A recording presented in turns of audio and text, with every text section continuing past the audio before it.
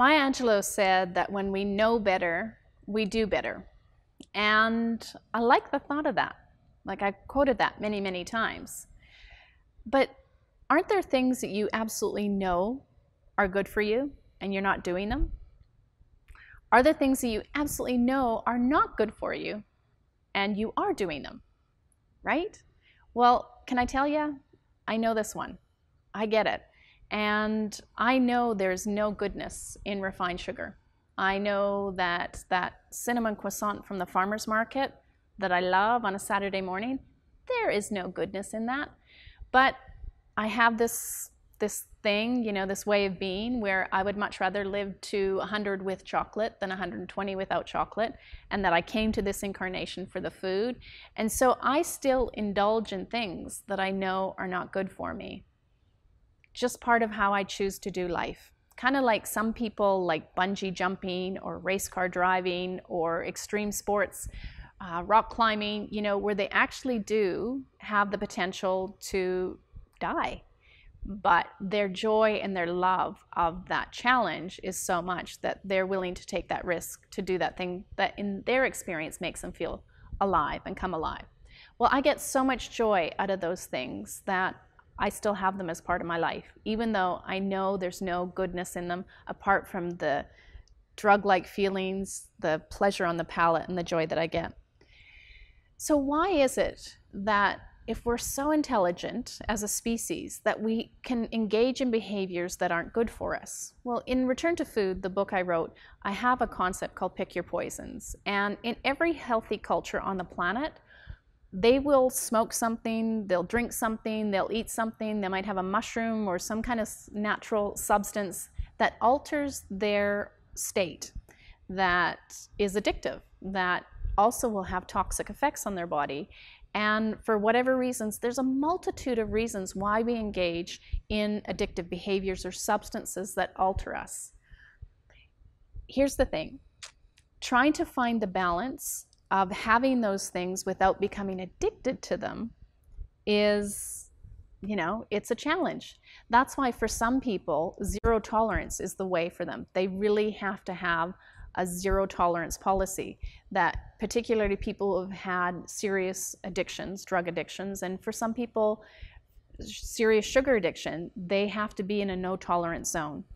And I'll tell you something as well, life is much easier in many respects with that zero tolerance policy because you're not allowing for any decision making. It's just, that's not how you do life. It's like I would never consider if someone offered me some heroin to do heroin because it's just not how I do life.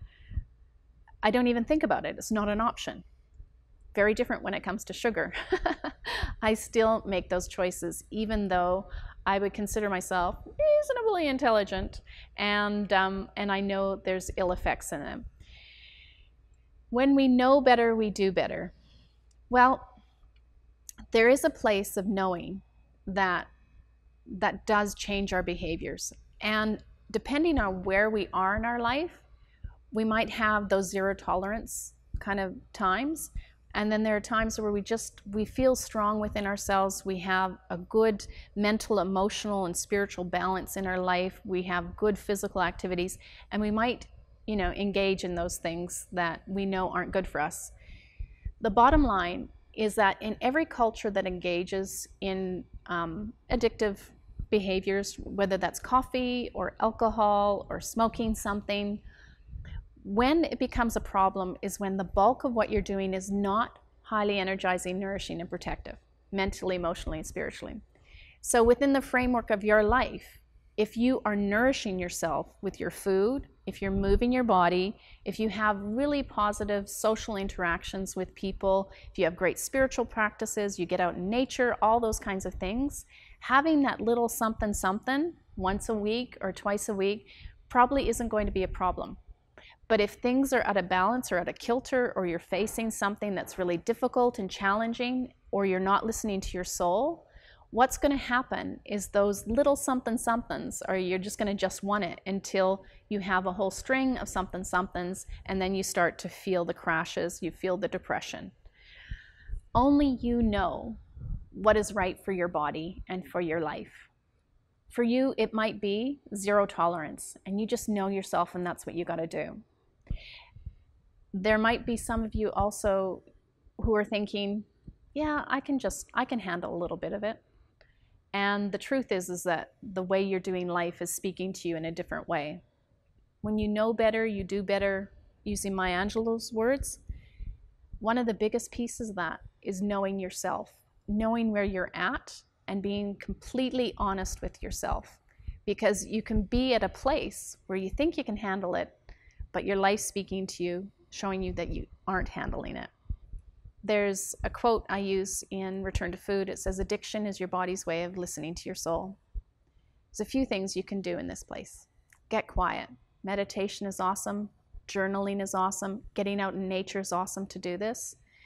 And just ask yourself the question, am I being honest with myself about this thing that I'm engaged in, this habit?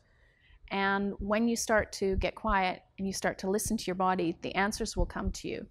And that knowing happens on a deeper level within your mind, body, and your spirit. And that's when the best answers come to you. So when we know better, we do better.